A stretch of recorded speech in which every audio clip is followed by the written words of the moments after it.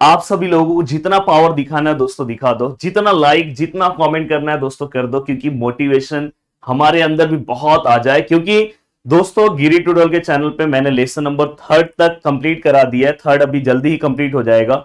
और साथ में यहाँ पे लेसन नंबर 1 कंप्लीट हो गया, लेसन नंबर 2 पे आ गया, और साथ में केमिस्ट्री, फिजिक्स, और साथ में अगर आप बायोलॉजी के लेक्चर्स देखोगे वो सब भी लेक्चर्स भी आ रहे हैं दोस्तों। तो फटाफट आप अपने प्रिपरेशन को बहुत अच्छे तरीके से कंप्लीट करते जा रहे होंगे।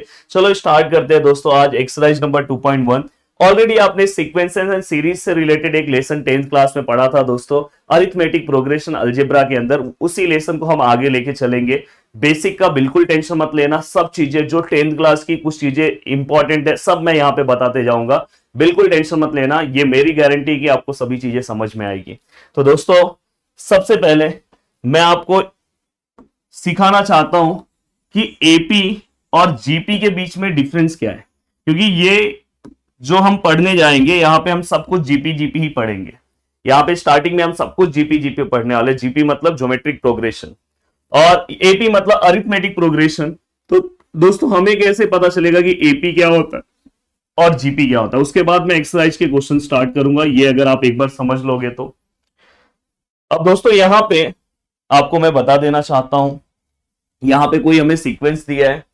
हम क्या करते हैं, सबसे पहले पहले वाले को हम T1 लेंगे, दूसरे वाले को हम T2 लेंगे, तीसरे वाले को हम दोस्तों T3 लेंगे, और चौथे वाले को हम दोस्तों T4 लेंगे, और उसके बाद वाले को हम T5 लेंगे। अब दोस्तों हम एपी के अंदर याद होगा आपके 10th क्लास में हम डिफरेंस निकालते थे। डिफरेंस हम कैसे लेते थे, पहले सेकेंड वाला फिर फर्स्ट वाला। तो यहां पे हम क्या करते थे, 21 याद रखो, 2 - 1 21। तो यहां पे हम क्या करते थे, सेकेंड वाला फिर फर्स्ट वाला। अब सेकेंड वाला क्या था दोस्तों, 5 - 2 = 3। फिर हम क्या करते थे दोस्तों, फिर से अगर मुझे डिफरेंस निकालना तो सेकेंड वाला तक हो गया है, अब उसके आगे कौन है, थर्ड वाला। तो यहाँ पे पहले थर्ड वाला लिखूंगा, फिर से क्या लिखूंगा, थर्ड सेकेंड। अब यहाँ पे क्या आएगा, सेकेंड वाला। तो यहाँ पे क्या हो जाएगा, 8 - 5 = 3। अब दोस्तों यहाँ पे थर्ड वाले तक हो गया है, तो उसके आगे क्या आएगा, 4 - 3। तो यहाँ पे नेक्स्ट क्या आएगा दोस्तों, T4 - T3। तो यहाँ पे दोस्तों 11 - 8 = 3। देन दोस्तों इसके बाद अगर मुझे निकालना है 4 तक हो गया तो 5 - 4 लूंगा। तो यहाँ पे क्या आएगा दोस्तों, T5 - T4। T5 is 14 - 11 = 3। अगर आप ध्यान से प्यार से अगर आप देखोगे तो यहाँ पे आपको एक चीज कॉमन दिख रही है दोस्तों, यहाँ पे जो डिफरेंसेस हम ले रहे हैं दोस्तों वो 3 3 3 3 आ रहा है। तो difference between any two conjugative term is constant. यहाँ पे आप देखोगे तो 3 3 3 एक ही नंबर आपको दिखाई दे रहा है। इससे मैं बोल सकता हूं therefore the given sequence is in AP, मतलब ये एपी के अंदर है। वही ये हमने 10th क्लास में ऑलरेडी पढ़ लिया है, बस ये आपको एक और भी मैं दे रहा था कि ये एपी है। अब जीपी आपको 11th में पढ़ना है। जीपी क्या होता है, अब जस्ट 1 मिनट ध्यान देना, आपको समझ में आ जाएगा। इसमें भी वही करना है दोस्तों जो आपने यहां पे किया है। देखो T1 T2 T3 T4, ये आपने किया। यहां पे आपको डिफरेंसेस नहीं निकालना होता दोस्तों, यहां पे आपको रेशियो निकालना होता है। यहां पे आपको रेशियो कैसे निकालना होगा, जैसे आपने वहां पे T2 - T1 किया, पर यहां पे डिवाइड करना है, T2 - T1 नहीं करना है, यहां पे T2 / T1 करना है। तो यहां पे अगर मैं T2 को डिवाइड करूंगा तो 4/2 = 2। देन इसके बाद आपको पता है अगर 2 हो गया तो अब क्या करूंगा, 3 से 2 करूंगा तो यहाँ पे क्या आएगा, T3, और यहाँ पे क्या आएगा, T2। T3 is 8 and 4, तो फाइनली यहाँ पे भी 2 आया। देन दोस्तों इसके बाद अगर मैं देखूंगा तो यहाँ पे क्या आएगा, T4 और T3। तो फाइनली दोस्तों ये 16 है और ये 8, अगर मैं इससे डिवाइड करता हूं तो ये भी कितना आएगा दोस्तों, 2। तो अगर आप देखोगे ratio of any two conjugative terms is constant. यहां पे अगर आप देखोगे इनके जो रेशियो आ रहे हैं दोस्तों कांस्टेंट आ रहे हैं। अगर आप एक और चीज से अगर समझना चाहते हो तो देखो ये 2 2 2 2 सेम आ रहे हैं। इससे मैं ये बोल सकता हूं कि the given sequence is in GP, मतलब ये जीपी में। तो आपको ओवरऑल एक आइडिया आ गया। एपी के अंदर हम क्या करते थे, डिफरेंस निकालते थे, यहां पे हम क्या करेंगे, रेशियो निकालेंगे। बस यही तो आपको सीखना है। चलो अब एक्सरसाइज पे आते हैं। हाँ, एक और चीज मैं आपको बता देना चाहता हूं, जब मैं इसके अंदर टीएन का फॉर्मूला यूज करूंगा तो याद होगा आपको 10th क्लास में हमने यूज किया है a + n - 1d। यहां पे टीएन का जो फॉर्मूला है दोस्तों, और याद होगा, और मतलब ओ आर मत लिखना, ए आर लिखना, और ऊपर ले लेना दोस्तों n - 1, हो गया काम। तो ये इसका टीएन का फॉर्मूला है, जो फॉर्मूला हम ये अभी question number first and second में बार बार यूज करेंगे। और दोस्तों चलो वन बाय वन स्टार्ट करते हैं। क्वेश्चन नंबर फर्स्ट स्क्रीन पे दिखाई दे रहा है, check whether the following sequences are GP, if so write TN.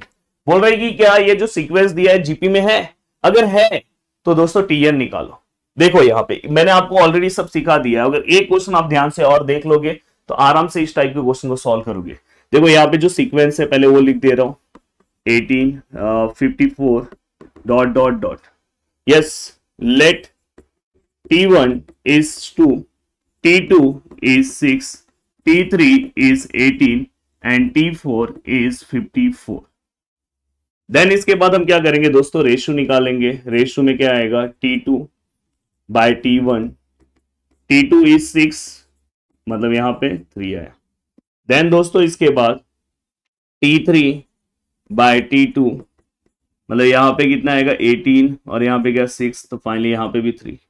Then क्या आएगा दोस्तों T4 बाय T3, तो यहां पे भी क्या आएगा दोस्तों 54 और यहां पे 18, तो फाइनली यहां पे भी 18 के टेबल में 54 3 टाइम में आता है।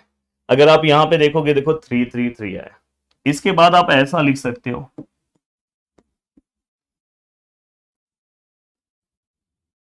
The ratio of any two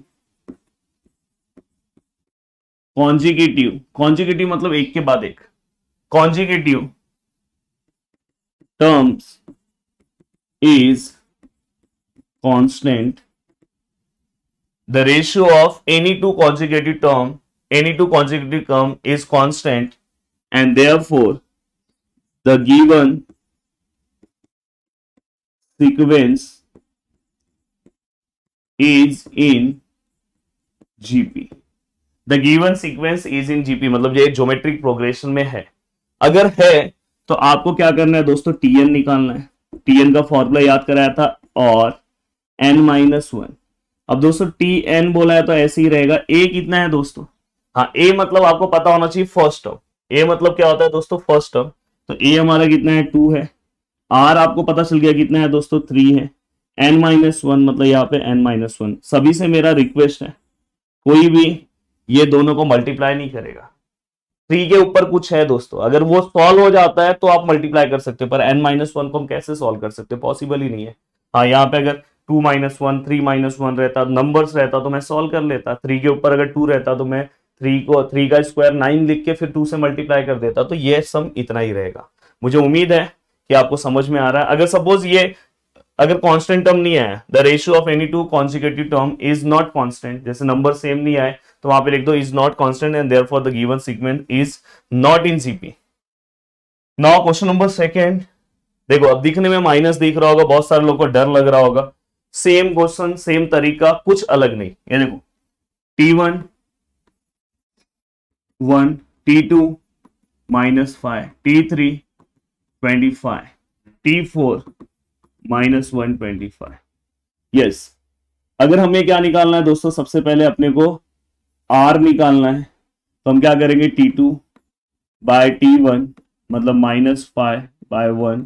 finally यहाँ पे क्या आएगा -5, क्योंकि नीचे 1 को हम कंसिडर नहीं करते। अब दोस्तों दूसरा अगर निकालना है T3 बाय T2, तो यहाँ पे आप 25 लिखोगे और साथ में यहाँ पे -5। तो फाइनली 5 के टेबल में 25 5 टाइम में आता है, और माइनस नीचे का माइनस हम ऐसे ही लिख देंगे। दोस्तों साथ में मैं आपको बताते भी जाऊंगा कि इंपॉर्टेंट क्वेश्चन क्या है। ये क्वेश्चन नंबर 1 इतना ज्यादा इंपॉर्टेंट नहीं है, हो सकता है कि एक आध क्वेश्चन आपके एग्जाम में आ जाए, बट क्वेश्चन नंबर सेकंड जो है दोस्तों, जो मैं कराऊंगा वो बहुत ही ज्यादा इंपॉर्टेंट है। उसमें से कोई ना कोई क्वेश्चन आपके एग्जाम में आपको दिखाई देगा। अब दोस्तों यहाँ पे देखो R इक्वल टू, यहाँ पे देखो T2 हो गया ना, T3 तक हो गया। अब T4 लेंगे, T4 by T3। yes, what is T4 -125? what is T3 is 25।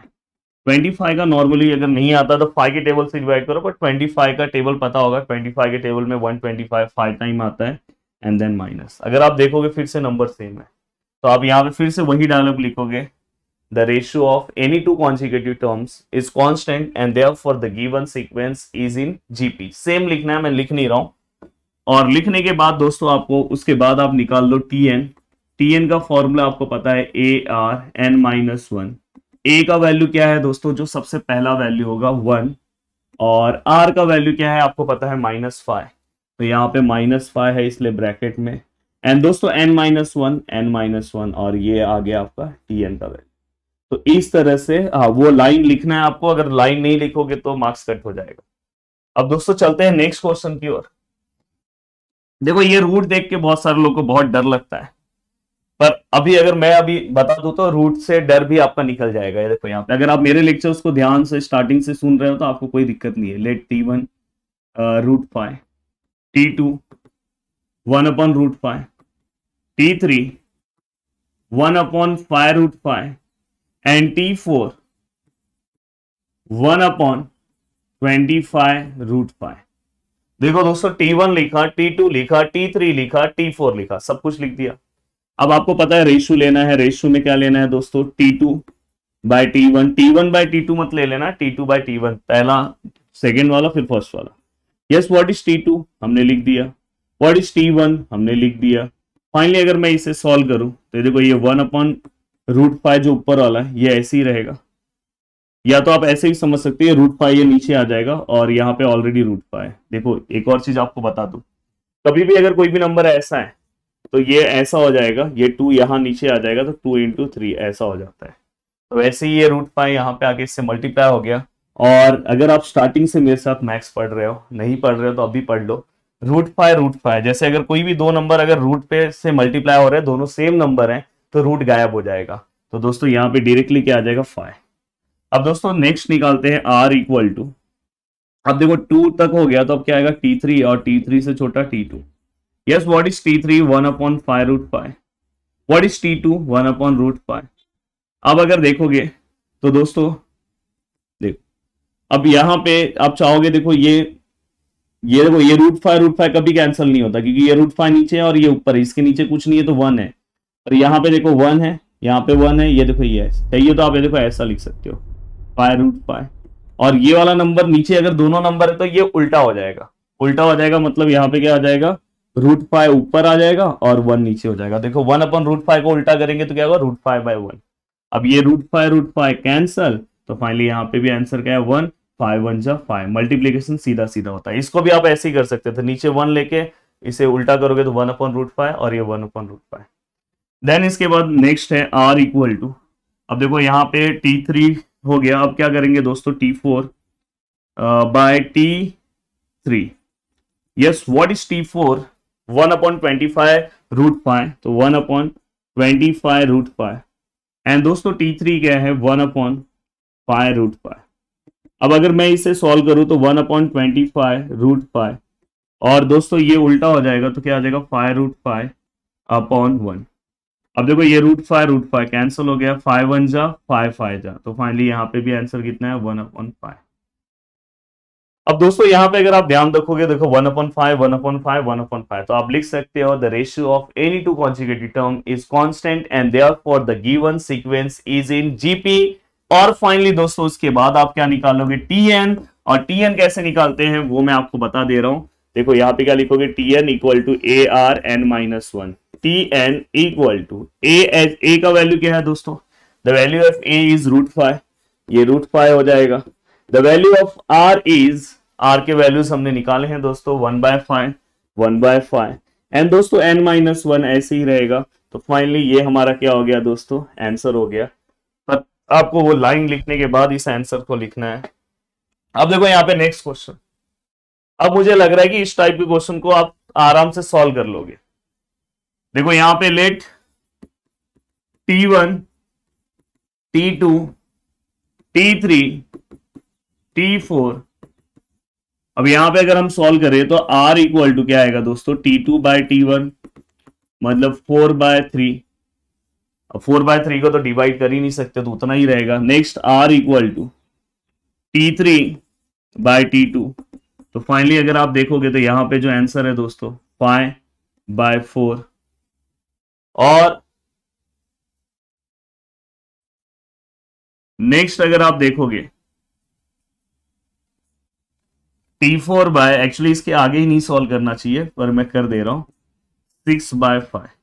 अगर आप देखो सभी नंबर्स अलग अलग दिख रहे हैं दोस्तों, देखो यहाँ पे 3 है, फिर 4 है, फिर 5 है, फिर 6 है, तो 4/3, फिर 5/4, फिर 6/5, सभी नंबर्स अलग दिख रहे हैं। तो क्या लिखोगे, the ratio of any two consecutive term is not constant and therefore the given sequence is not in GP।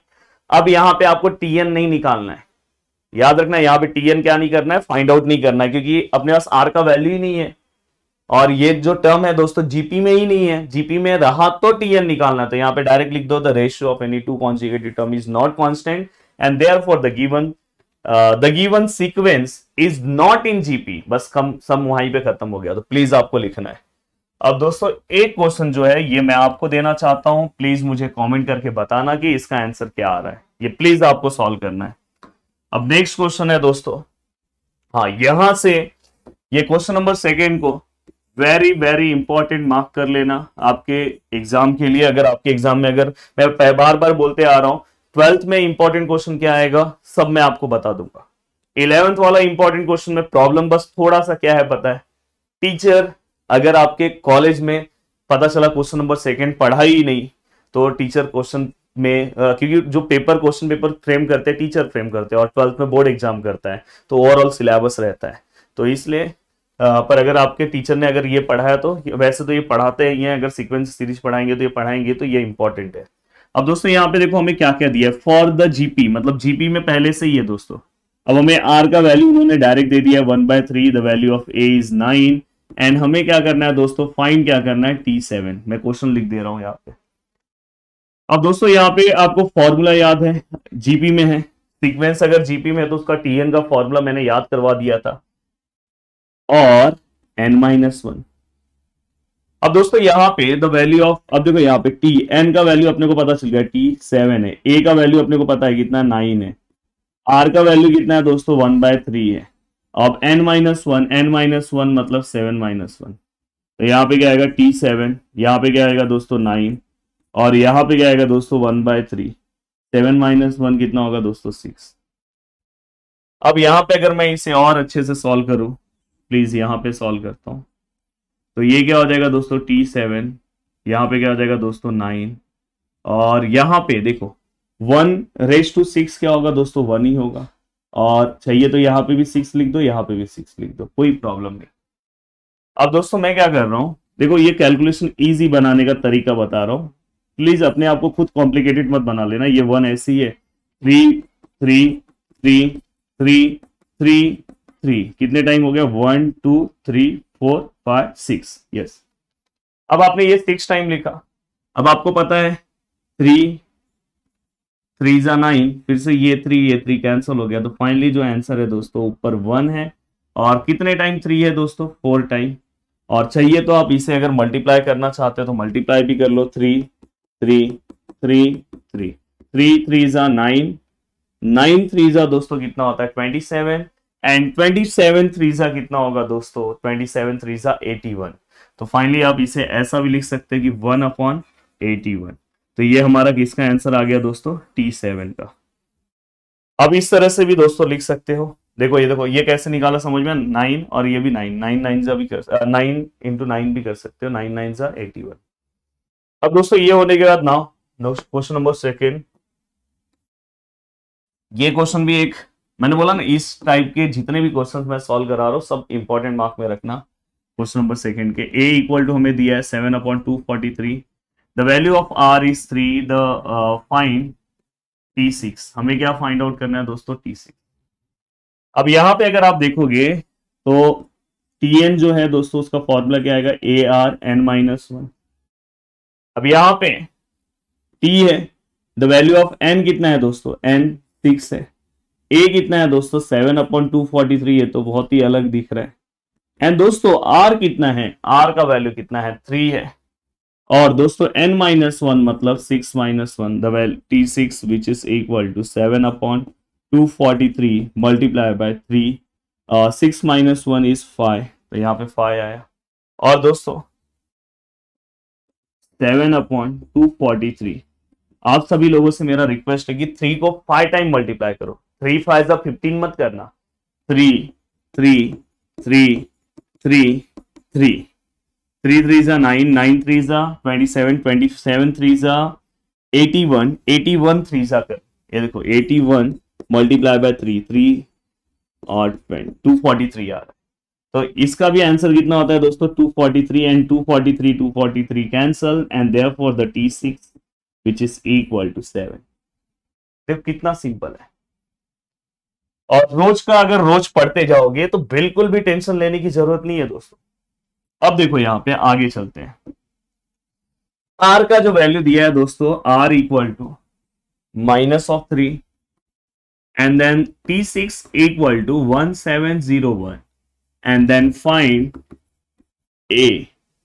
हमें क्या फाइंड आउट करना है दोस्तों A।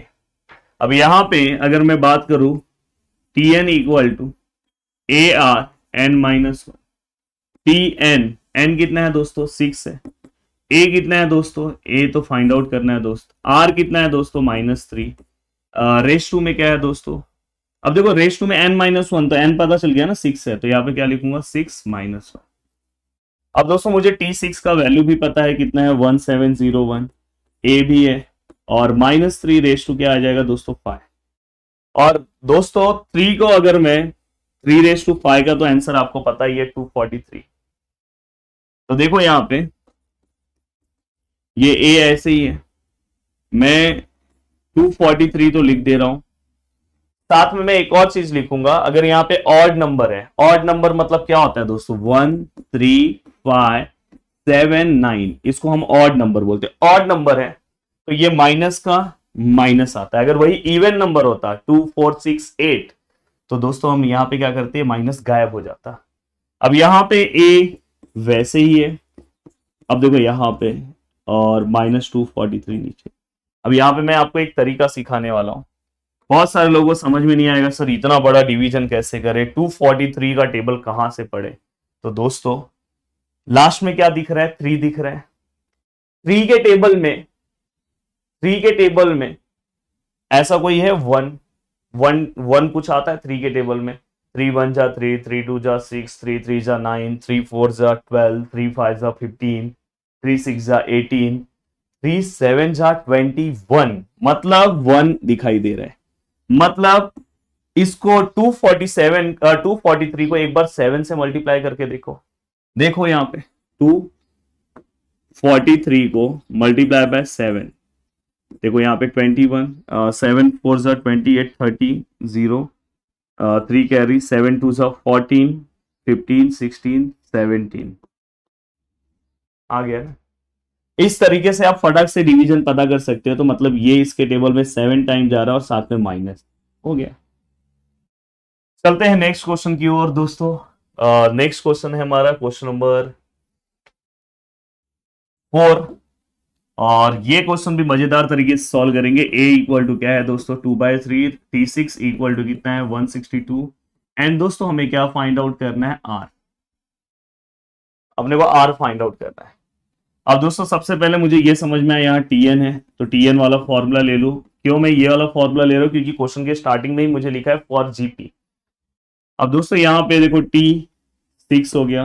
A कितना है दोस्तों 2/3 R कितना है दोस्तों n-1 मतलब यहाँ पे क्या आएगा दोस्तों n R तो अपने को फाइंड आउट करना है। n देखो ये है 6 - 1 और दोस्तों T6 का वैल्यू भी अपने को पता है 162 ये 2/3 एंड दोस्तों ये R रेज टू कितना हो जाएगा दोस्तों 5। अब देखो यहाँ पे करना क्या है इस टाइप का अगर कोई क्वेश्चन आए देखो ये 162 है ये यहाँ के दोनों नंबर्स को यहाँ लेकर आ जाओ तो यहाँ उल्टा हो जाएंगे 3 ऊपर हो जाएगा 2 नीचे हो जाएगा और यहाँ पे R रेज टू 5। अब अगर आप देखोगे तो इससे अगर मैं इसको डिवाइड करता हूं तो आई थिंक 81 और 81 को अगर मैं 3 से मल्टीप्लाई करता हूं 81 मल्टीप्लाई बाय 3 1 जा 3 8 3 जा 24 तो दोस्तों यहाँ पे 243 आया है 243 और यहाँ पे R रेज टू 5 और थोड़ी देर पहले ही आपको पता है 243 मतलब क्या होगा कहीं तो मैंने बताया क्वेश्चन में बताया था यार।